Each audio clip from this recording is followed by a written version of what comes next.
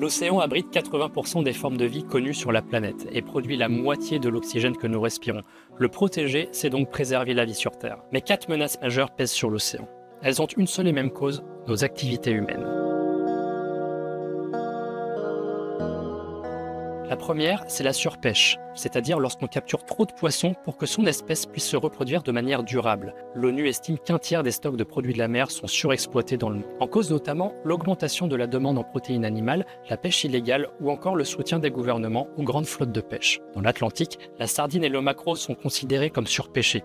Bonne nouvelle en revanche pour le thon rouge, en péril pendant une dizaine d'années, il a retrouvé la pêche, si l'on peut dire, grâce à des mesures drastiques. À vouloir trop pêcher, on ramène de tout aussi. C'est le problème de la pêche au chalut. Ces immenses filets raclent le fond des océans et détruisent les habitats.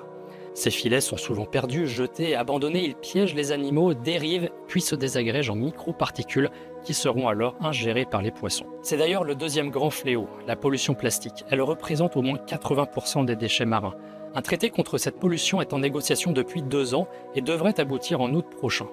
L'autre grand type de pollution marine, elle est chimique. Les rejets d'hydrocarbures, les écoulements d'engrais ou encore plus près de nous, les mégots de cigarettes. 23 milliards sont jetés par terre chaque année, rien qu'en France. Problème, les stations d'épuration ne savent pas traiter ces déchets. La troisième pression sur l'océan est double. Thermique d'abord. Le réchauffement climatique a élevé la température des mers d'environ 0,6 degrés 40 ans. C'est énorme pour des végétaux et des animaux extrêmement sensibles aux variations de chaleur. Une eau plus chaude, c'est une eau moins oxygénée. C'est aussi une eau plus volumineuse qui fait monter le niveau des mers.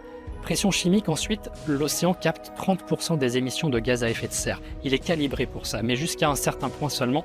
Aujourd'hui, il atteint des taux d'acidification inégalés.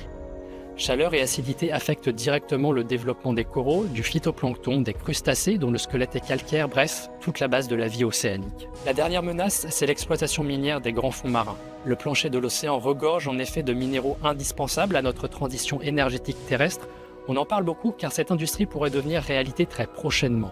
Le président américain vient d'autoriser cette exploitation dans les eaux internationales. Tout en protestant, la Chine se met elle-même dans les starting blocks. Pourtant, une telle extraction ne garantit aucune rentabilité financière. Elle garantit en revanche des dégâts irréversibles sur des écosystèmes. Elle pourrait aussi faire remonter à la surface le gaz carbonique séquestré dans les sédiments. Face à cela, une coalition de 33 pays réclame un moratoire, une pause, le temps d'étudier les conséquences d'une telle aventure. Car la science est sans appel, la biodiversité marine est essentielle pour réguler le climat et faire vivre la moitié de l'humanité.